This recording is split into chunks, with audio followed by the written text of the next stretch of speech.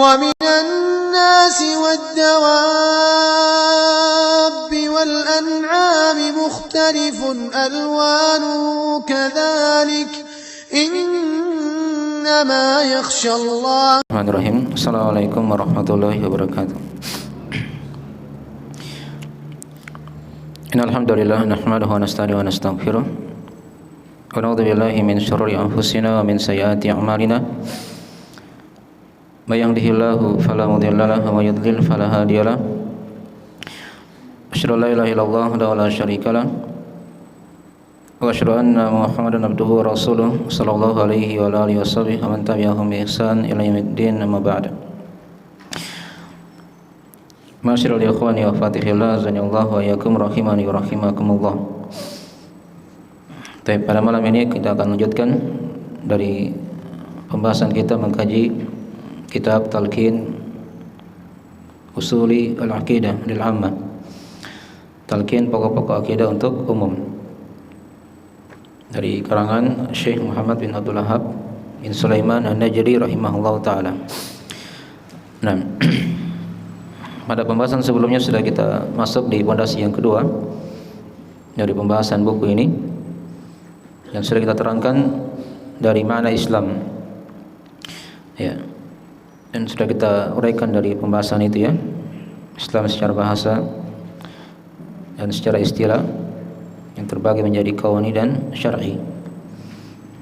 Dan dari syar'i juga ada terbagi dua, ada yang umum, ada yang khusus. Ya, definisi yang disebutkan oleh Syekh di sini, ini definisi Islam yang bermakna umum, dan juga dari kandungan Islam yang bermakna khusus. Karena agama Nabi kita itu dasarnya sama dengan agama-agama yang lainnya. Ada perintah untuk beribadah kepada Allah semata dan menjauhi kesyirikan. Ya. Dan lafaz din ketika dikatakan di sini, ya, kata beliau, wa idza qila laka ish dinuka. Dan jika dikatakan kepadamu apa agamamu. Ya, ini kan sudah kita baca juga di awal dari pembahasan, ya. Ya, wa idza qila laka man rabbuk. Yang juga dikatakan kepadamu siapa Rabbmu. Ya. Ini isyarat-isyarat bahwasanya soal seperti ini akan kita ditanya, dan beliau isyaratkan akan pertanyaan di alam kubur itu. Nah, tentang 3 pertanyaan di sejumlah hadis, dan juga ada 4 pertanyaan di hadis yang lain tentang siapa Allah, apa agamamu, dan siapa nabimu. Ya, siapa Rabbmu, apa agamamu, dan siapa nabimu. Nah, beliau ingatkan kepada kita akan ditanya nanti di alam kubur. Nah, dan din di sini bermakna agama, ya, bermakna agama. Dan dimaklumi, ya, dalam lafaz Al-Qur'anul Karim, kalimat atau lafaz kata din itu ada 3 makna, ya. Ada 3 makna. Kadang dia bermakna agama seperti di sini, ya. Ada juga ayat inna dina indallahil Islam. Sesungguhnya agama di sisi Allah hanyalah Islam, din. Ya.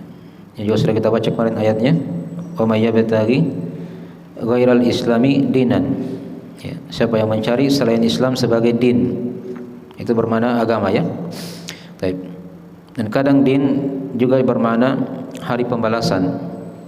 Itu diterangkan di surah Al-Fatihah, ya, pada ayat yang ketiga, ya, Malik Yaumiddin, penguasa hari din. Maksudnya apa? Hari pembalasan, ya, hari pembalasan. Baik. Dan kadang din juga bisa bermakna yang ketiga, dia bermakna amalan. Dia bermakna amalan. Ya. Itu diterangkan di surah Al-Bayyinah, ya. Kata Allah Subhanahu wa taala, "Wa ma umiru illa liya'budullaha mukhlishina lahuddin." Tidaklah mereka diperintah kecuali agar mereka mengikhlaskan untuk Allah din itu, yaitu amalan. Nah, jadi ini 3 makna din dalam Al-Quran, ya. Dan di sini beliau terangkan din artinya agama, keyakinan yang diyakini oleh seorang hamba. Nah, walaupun di ayat-ayat yang lain kadang din itu bermakna hari pembalasan, dan kadang yang ketiga dia bermakna amalan, ya, yang hendaknya diikhlaskan untuk Allah Subhanahu wa taala. Baik. Ya, jadi kita katakan situ faqul dini al-Islam. Katakanlah agamaku adalah Islam. Islam sudah kita bahas kemarin, ya. Nah, diterangkan di situ juga Islam itu ada dua perkara. Nah, wa asluhu wa qaidatuhu amrani.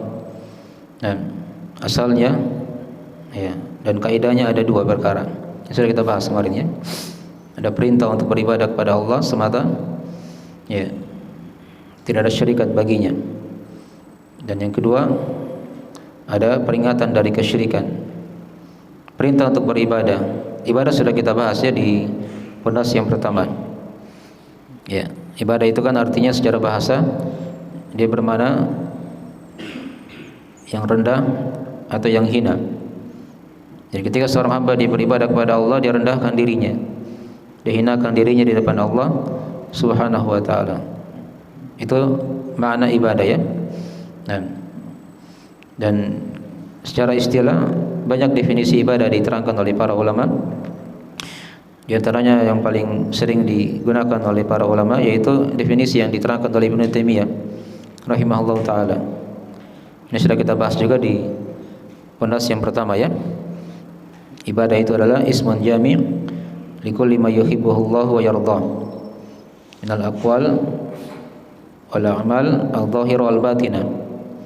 Ibadah itu adalah nama yang melingkup segala yang dicintai dan diridhai oleh Allah, dari perkataan, perbuatan yang tampak ataupun yang tersembunyi. Ini sudah kita bahas, ya, di pondasi yang pertama. Baik. Nah, dan sudah kita bahas juga ibadah itu ada syarat-syaratnya, ya. Dia harus ikhlas, dia mutaba'ah, dan dia punya akidah yang selamat. Nah, dan ibadah juga ada rukun-rukunnya. Sudah kita bahas, ya, di pondasi yang pertama. Dari kecintaan pada Allah, ada harapan, ada rasa takut. Dan juga sudah kita bahas ibadah juga itu berjenis-jenis. Ada ibadah hati, ibadah lisan, ibadah anggota tubuh, ibadah harta, gitu kan? Ada 5. Yang kelima itu ibadah bentuknya dia tinggalkan hal yang diharamkan karena Allah. Ini sudah kita bahasnya di pondasi yang pertama. Dan kadang lafaz ibadah, bahkan itu asalnya dalam Al-Quran, ada perintah beribadah, maka di situ maknanya apa? At-tauhid, ya. Nah, u'budullah wa la tusyriku bihi syai'a. Sembahlah Allah, artinya tauhidkanlah Allah, dan jangan berbuat kesyirikan kepada Allah sedikit pun. Nah, ini sudah kita terangkannya di pondasi yang pertama. Hanya kita ingatkan kembali, mungkin ada sebagian yang belum ikut dari pembahasan masalah ibadah itu. Nanti dilihat catatannya atau didengarkan kembali rekamannya di pembahasannya seputar masalah ibadah itu. Baik. Jadi ini pondasi yang pertama dari Islam. Ada perintah untuk beribadah kepada Allah, artinya untuk mentauhidkan Allah, ya. Nah, tidak ada syirikat baginya, dan memberikan motivasi, mendorong akan hal tersebut, ya. Wa tahridu ala dzalik wal muwalatu fi, ya. Dan dia berloyalitas. Ini sifat dari orang-orang yang beriman, ya. Jadi yang berislam itu dia loyalnya kepada orang-orang yang beriman juga. Dan itu diterangkan dalam ayat Al-Quran Al-Karim. Diterangkan diantaranya ayat di surah Al-Ma'idah tentang ciri orang yang beriman itu.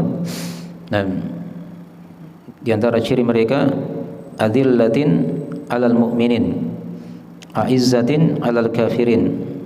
Mereka lemah lembut pada orang-orang yang beriman dan sangat keras kepada orang-orang kafir. Itu sifat dari orang-orang yang beriman. Dan juga diterangkan di akhir surah Al-Mujadilah dari ciri mereka juga, kata Allah, la tajidu qauman yu'minuna billahi wal yawmil akhir yuwadduna man hadallaha wa rasulah. Engkau tidak akan dapatkan suatu kaum ini mereka beriman pada Allah dan hari akhir. Mereka ini saling cinta mencintai kepada orang-orang yang memusuhi Allah dan Rasulnya. Ya. Jadi tidak ada orang yang beriman itu mereka cinta mencintai kepada orang-orang yang memusuhi Allah dan Rasulnya. Ya, orang-orang kafir ya. Mereka itu musuh Allah, musuh Rasul. Maka tidak boleh kita cinta kepada mereka.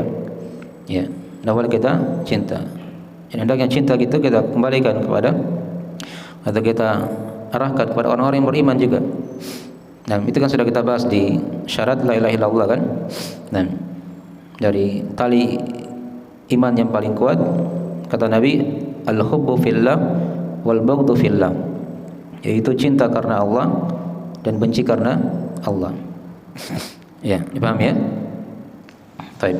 Jadi ini muwala, cinta mencintai kepada orang-orang yang beriman, yang bertauhid, yang berislam. Dan wa takfiru man tarakahu. Ya, dan mengkafirkan siapa yang meninggalkan keislaman itu. Ya.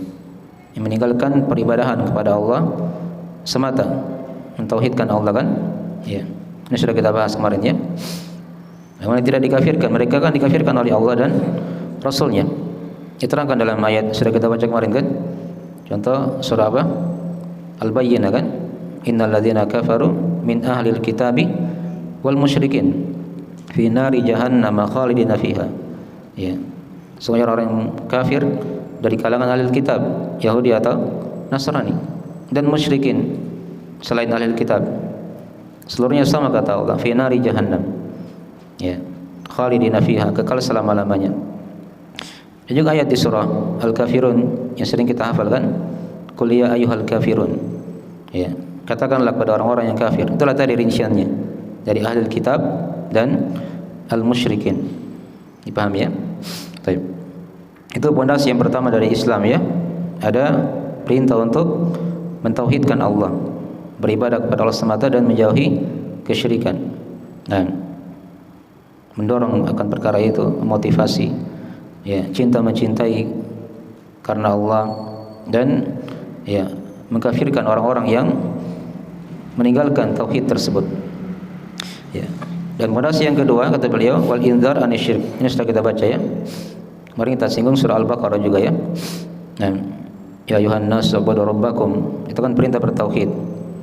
Terangkan di akhir ayat, fala taj'alu lillahi andada wa antum ta'lamun. Ya. Dan jangan kalian menjadikan untuk Allah tandingan-tandingan. Sedang kalian mengetahui Allah itu yang Maha mencipta, mengatur, memberikan rezeki. Ya.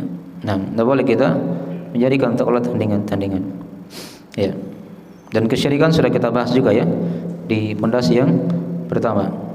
Ya. Syirik itu kan secara bahasa dia bermakna menyetarakan, ya, atau menjadikan sesuatu menjadi dua.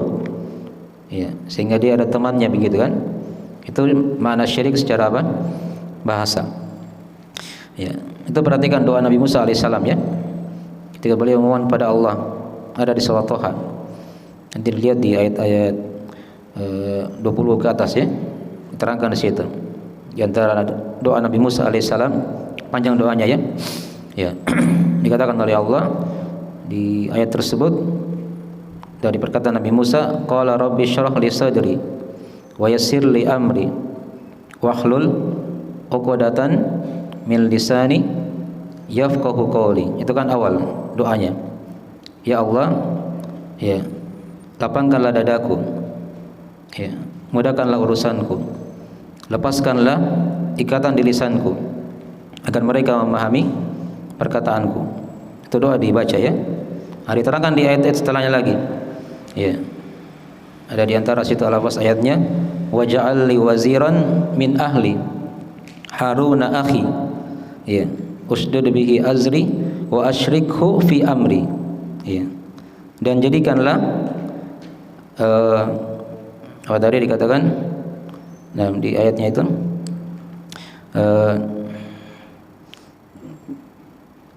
Haruna akhi, Harun sebagai saudaraku yang membantuku begitu ya. Asyrikhu fi amri usdud bihi azri, agar dia memperkuatku begitu. Nah, itu lafaznya yang kita bahas tadi di situ. Asyrikhu fi amri, agar dia bersyirikat, gitu kan, dalam perkaraku. Ya. Jadi syirik itu secara bahasa kayak tadi, seorang dia bergabung menjadi dua misalnya kan, atau tiga bersyirikat begitu. Ya. Sehingga dia menjadi setara. Nah, itu secara bahasa ya, ini sudah kita bahas. Hanya kita ingatkan lagi karena dia merupakan lawan dari tauhid. Adapun secara istilah, syirik itu kan sudah kita bahas juga di pondasi yang pertama, yaitu penyetaraan selain Allah dengan Allah pada perkara-perkara khusus milik Allah. Ya. Dari rububiyah, uluhiyah atau nama dan sifat. Itu kan kesyirikan. Jadi adanya penyetaraan selain Allah dengan Allah, disetarakan dia. Ya. Pada perkara-perkara khusus milik Allah. Jadi pada perkara khusus ya, dari rububiyah misalnya, ada dia meyakini ada makhluk yang bisa mencipta. Ini kan perkara khusus. Ada makhluk yang bisa memberikan rezeki, yang mengatur alam semesta. Itu syirik ya dalam apa? Rububiyah. Dalam uluhiyah ya jelas situ ya. Ketika dia meyakini ada makhluk yang bisa disembah selain Allah, itu kan syirik dalam uluhiyah. Ada yang ketiga syirik dalam masalah nama dan sifat. Misalnya dia namakan makhluk dengan nama-nama yang khusus milik Allah. Ya, nama Allah, nama Rahman dan yang semisalnya begitu ya. Itu tidak boleh. Itu artinya disetarakan selain Allah dengan Allah. Ini sudah kita bahas ya di pondasi yang pertama. Ini yang diingatkan dalam agama Islam.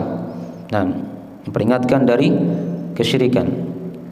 Dan syirik juga dari sana tadi sudah kita terangkan ya, ada dalam rububiyah, dalam uluhiyah atau dalam nama dan sifat. Ya, sama dengan tauhid juga seperti itu. Terbagi tiga kan? Ada tauhid rububiyah, uluhiyah dan nama dan sifat. Ya, tauhid kan dia kebalikan dari kesyirikan. Dan kalau seorang dia menyendirikan Allah, mengesahkan Allah pada perkara-perkara khusus milik Allah. Dari rububiyah, uluhiyah atau nama dan sifat. Jelasnya ini sudah kita terangkan di pondasi yang pertama. Dan syirik juga itu ada dua macam juga di pembagian yang lainnya. Ada syirik besar, ada syirik apa? Kecil. Ya.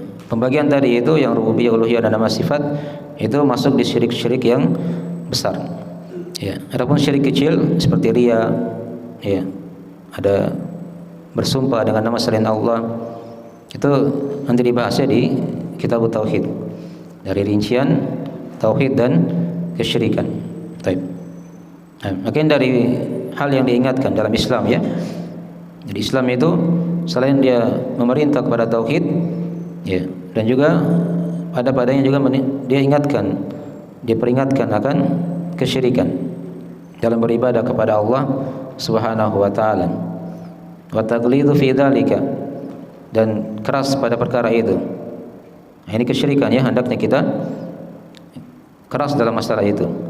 Ya. Nah, wa mu'adatu fihi, dan padanya ada permusuhan kepada kesyirikan. Kita perhatikan dari contoh Nabi Ibrahim alaihissalam diterangkan dalam Al-Qur'anul Karim ya. Ya, qad kanat lakum uswatun hasanatun di surah apa? Al-Mumtahanah ya. Ya. Qad kanat lakum uswatun hasanatun di awal-awal surah fi Ibrahim walladzina ma'ahu id qalu liqaumihim inna bura'a'u minkum wa mimma ta'buduna min dunillah kafarna bikum wa bada bainana wa bainakumul adawatu wal baghdha abadan hatta tu'minu billahi wahda. Kata Allah, sungguh telah ada contoh yang terbaik pada Nabi Ibrahim dan orang-orang bersamanya dari kalangan para nabi dan rasul. Tatkala mereka berkata kepada kaumnya, ya, id qalu liqaumihim inna bura'a'u minkum wa mimma ta'buduna min dunillah. Semuanya kami berlepas diri dari apa yang kalian sembah, ya, selain Allah. Nah, dari kalian dan apa yang kalian sembah selain Allah. Kafarna bikum, kami mengkafiri kalian. Nah, wa bada bainana wa bainakumul adawatu wal baghdha, dan telah tampak di antara kita permusuhan, ya, dan kebencian. Ini contoh terbaik ya diterangkan oleh Allah, yang kita jadikan contoh pada agama Nabi Ibrahim. Jadi terhadap kesyirikan, kekafiran, seorang jangan dia cinta mencintai, hendaknya ditanamkan permusuhan. Nah, ini dari hal yang hendaknya ditanamkan dalam apa? Agama Islam, ya. Taib. Sampai kalian beriman kepada Allah, hatta tu'minu billahi wahda. Taib. Bagian dari hal yang hendaknya kita ingat ya, dari pembahasan-pembahasan dari pondasi keislaman itu, yang dengannya akan membangun dari agama kita. Ya, wa takfiru man fa'alahu, dan mengkafirkan siapa yang melakukan dari kesyirikan tersebut. Ya. Ini sudah kita bahas tadi ayat-ayatnya, diterangkan tadi di surah Al-Bayyinah, dan ada ayat-ayat yang lain tadi. Baik. Ini dari kelengkapan pembahasan di masalah yang pertama kemarin ya, yang sudah kita bahas. Jadi inti keislaman itu kan ada dua. Ini Islam yang bermakna umum. Ada perintah untuk bertauhid dan peringatan akan kesyirikan. Dipahami ya, itu intinya kan? Baik. Dan juga ada definisi beliau sebutkan di usul salasa yang lain ya, di yang ada mukaddimahnya itu. Ada 3 perkara di situ ya dari Islam, yaitu ada penyerahan diri kepada Allah dengan tauhid, terikat dengan ketaatan kepada Allah, dan berlepas dari kesyirikan dan pelakunya. Itu mirip ya. Ya, hanya di situ ada tambahan terikat dengan ketaatan kepada Allah. Ya, dipaham ya? Baik. Itu mirip definisi apa keislaman. Nah, definisi keislaman secara umum. Ini yang mendasari Islam seluruh agama Nabi dan Rasul. Ya, 2 perkara ini dibangun di atasnya. Baik. Jadi setelah beliau terangkan perkara dari itu, beliau mulai masuk sekarang di masalah yang kedua yang kita akan bahas, yaitu tentang bangunan Islam. Nah, masuk di masalah yang kedua ini sudah masuk di Islam yang bermakna khusus. Yang bermakna apa? Khusus. Artinya tidak ada seperti ini di agama terdahulu, dirinci seperti ini ya, bangunan Islam seperti ini. Tapi kita baca dari orang beliau rahimahullah ta'ala, itu masih ada di halaman 6 ya. Di cetakan lain itu ada yang halaman 7. Baik. Kata beliau rahimahullah ta'ala, wa huwa mabniyun ala 5 arkanin, syahadatu an la ilaha illallah wa anna muhammadan rasulullah, ya, wa iqamus salati wa ita'uz zakati wa shaum ramadan wa hajjul baiti ma'al istita'ah. Nah, kata beliau rahimahullah, dan dia itu maksudnya Islam, kembali kepada Islam ya, dhamirnya kembali kepada Islam. Ya, itu dibangun di atas 5 rukun. 5 rukun. Yang pertama syahadat la ilaha illallah, dan sesungguhnya Muhammad adalah Rasulullah. Ini dihitung 1 rukun ya. 2 syahadat kan, syahadatain. Yang kedua menegakkan salat. Yang ketiga membayar zakat. Yang keempat berpuasa di bulan Ramadan, dan yang kelima berhaji ke Baitullah ma'al istita'ah, kata beliau, disertai dengan bersama dengan kemampuan. Baik, dalil perkara ini diterangkan dalam hadis-hadis ya. Ada dalam hadis Ibnu Umar. Tapi di sini beliau rahimahullah taala, beliau ikuti urutan di hadis Jibril. Ya, hadis Umar ya, Ibn Al-Khattab, riwayat Imam Muslim. Ya, nanti lihat ya di usul salasa di cetakan yang lain yang ada mukadimah itu. Beliau bawakan di situ hadis Jibril yang panjang itu kan. Ya, ketika Jibril datang menyamar menjadi manusia, berpakaian sangat putih, ya, rambutnya sangat hitam, tidak terlihat padanya ciri-ciri orang yang bersafar, muncul langsung di tengah-tengah para sahabat. Ini malaikat Jibril ya, dia menyamar menjadi manusia seperti itu. Langsung duduk di depan Nabi SAW. Ya, disandarkan lututnya di depan lutut Nabi, dan disandarkan dia menghadap sama Nabi SAW. Dia tanya begitu, ya Rasulullah, akhbirni anil Islam. Ya Rasulullah, kabarkan kepadaku tentang apa? Islam. Nah, maka Nabi jawab, Islam itu engkau bersaksi Antashhadu an la ilaha illallah wa anna Muhammadar Rasulullah wa tuqimas salata wa tu'tiyaz zakata wa tasuma Ramadan wa tahujjal baita in istata'ta ilaihi sabila. Itu jawaban Nabi SAW. Islam itu engkau bersaksi akan la ilaha illallah Muhammadar Rasulullah, engkau tegakkan salat, engkau bayar zakat, engkau berpuasa di bulan Ramadan, dan engkau berhaji ke Baitullah jika kamu mampu untuk menempuh perjalanan ke sana. Ini persis beliau ambil urutan di hadis Umar tentang kisah Jibril yang datang itu. Dalam riwayat Imam Muslim. Ada hadis yang kedua dari hadis Ibnu Umar. Kalau tadi Umar sekarang dari anaknya Umar, yaitu Ibnu Umar, Abdullah bin Umar. Itu juga ada hadis dalam riwayat Al-Bukhari Muslim dia. Di situ diterangkan kata Nabi SAW, "Bunyal Islam ala khamsin. Syahadati an la ilaha illallah, wa anna Muhammadar Rasulullah, wa iqamis salati wa ita'iz zakati wa hajjil baiti wa shaumi Ramadan." Ada perbedaan Kata Nabi, Islam dibangun di atas 5 perkara, 5 pondasi. Syahadat la ilaha illallah Muhammadar Rasulullah, menegakkan salat, membayar zakat. Yang keempat di situ bukan puasa. Kalau di hadis Ibnu Umar tapi apa? Haji. Haji ke Baitullah.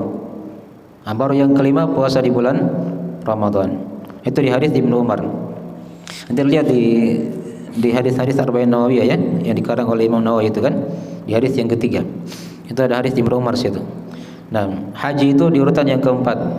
Di urutan yang keempat, yang kelima itu puasa.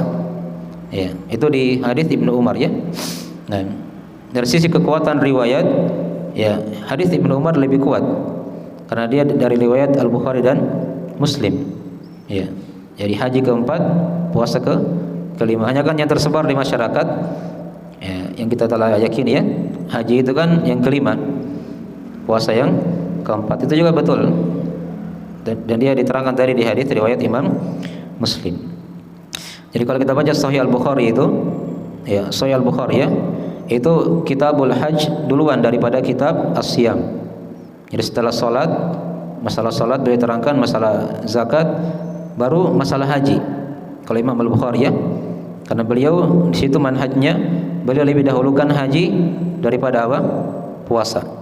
Dipaham Kalau Imam Muslim tidak, beliau ikuti urutan yang tersebar yang sudah kita baca tadi di hadis Muslim Puasa baru apa? Baru haji.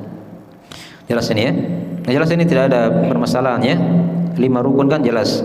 Hanya dari urutan yang keempat dan yang kelima itu ada perbedaan di sebagian riwayat dalam masalah ini.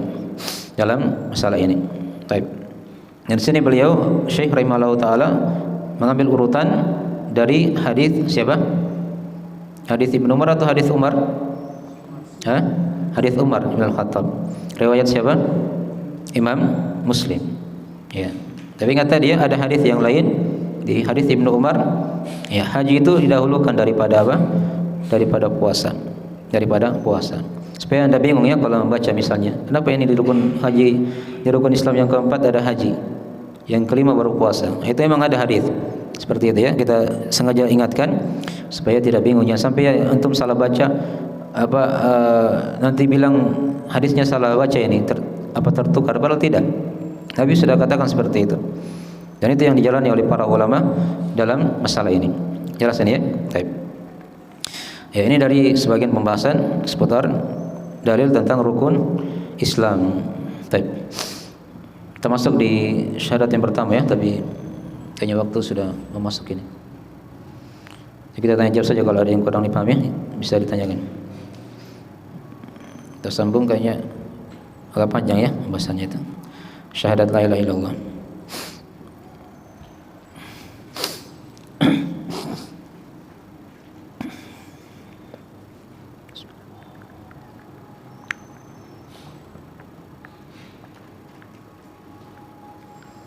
Jam berapa sih? Jam 7 lewat berapa sekarang?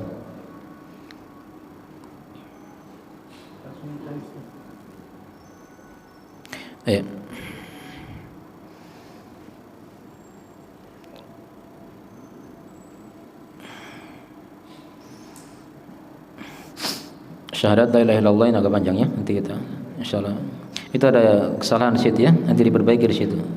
Itu surah Al-Imran ayat 18 ya, bukan ayat 85 itu. Dilihat di halaman 7.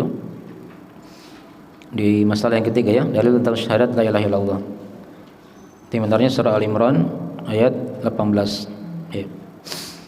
Baik.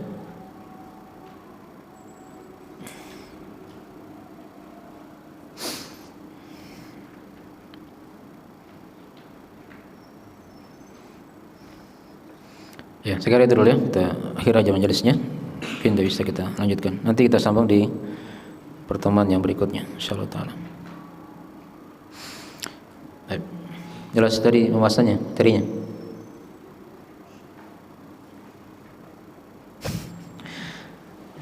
Di sini Syekh ikuti hadis siapa itu tadi? Urutan rukun Islam. Nah, di sini sebelah sini. Hadis Umar bin Al-Khattab, riwayat siapa? Imam Muslim. Baik. Terus ya, kita akhiri majelisnya. Subhanakallahumma hamdik, asyhadu an la ilaha illa anta, astaghfiruka wa atubu ilaik. Wassalamualaikum warahmatullahi wabarakatuh.